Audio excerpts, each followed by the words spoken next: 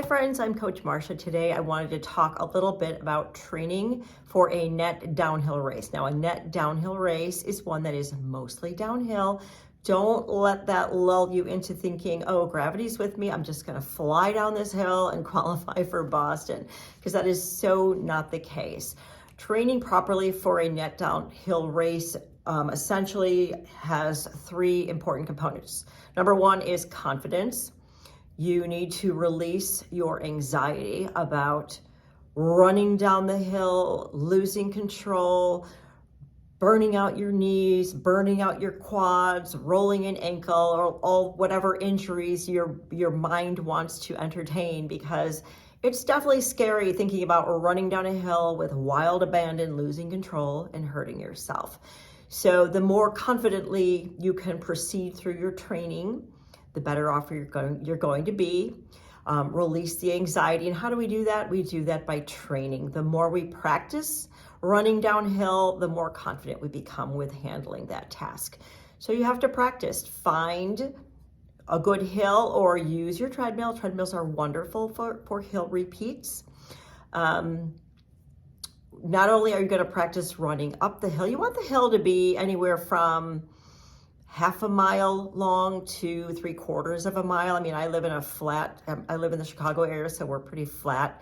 So I'm usually pretty hard pressed to find a suitable hill. So mine might be a little shorter than that.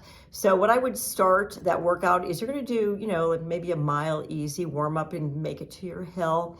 Then you're just gonna, I wouldn't say sprint, but I would say even effort, like maybe a solid 10K effort, just a strong effort up the hill. Then when you get to the top, give yourself 2 minutes, 3 minutes of walk or easy jog before because you don't just go back down the hill as your recovery in this case, because we're training for downhill. So you're gonna go up the hill, give yourself 2-3 minutes up at the top of that's your recovery, and then you're gonna go down purposely.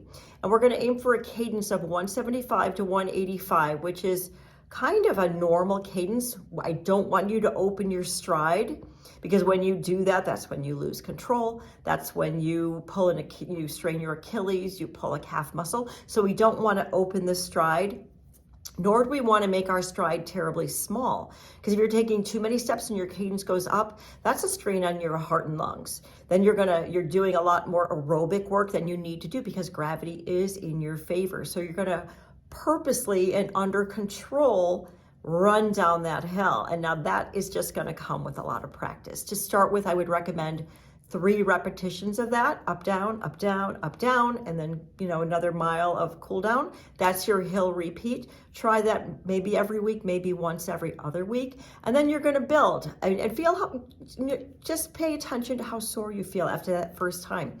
If you're feeling muscle soreness after that first outing, that's completely normal. I expect it. But as you are consistent week after week, you do 3 of those repeats, and then maybe you can build. Then you can add a 4th, a 5th, a 6th. So that's the kind of training that will help you be confident about running down hills. We talked about technique.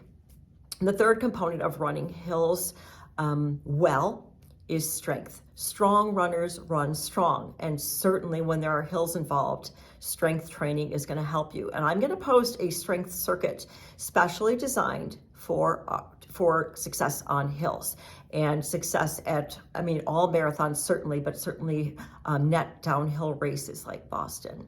I think the Utah Valley Marathon is another one that's like all downhill. But people go there with this sense that they're just going to fly down and you just burn out your quads, and it's a world of hurt. And that's what I don't want for you. So like I said, confidence, technique, and strength. Those are your 3 keys to running a net downhill race well.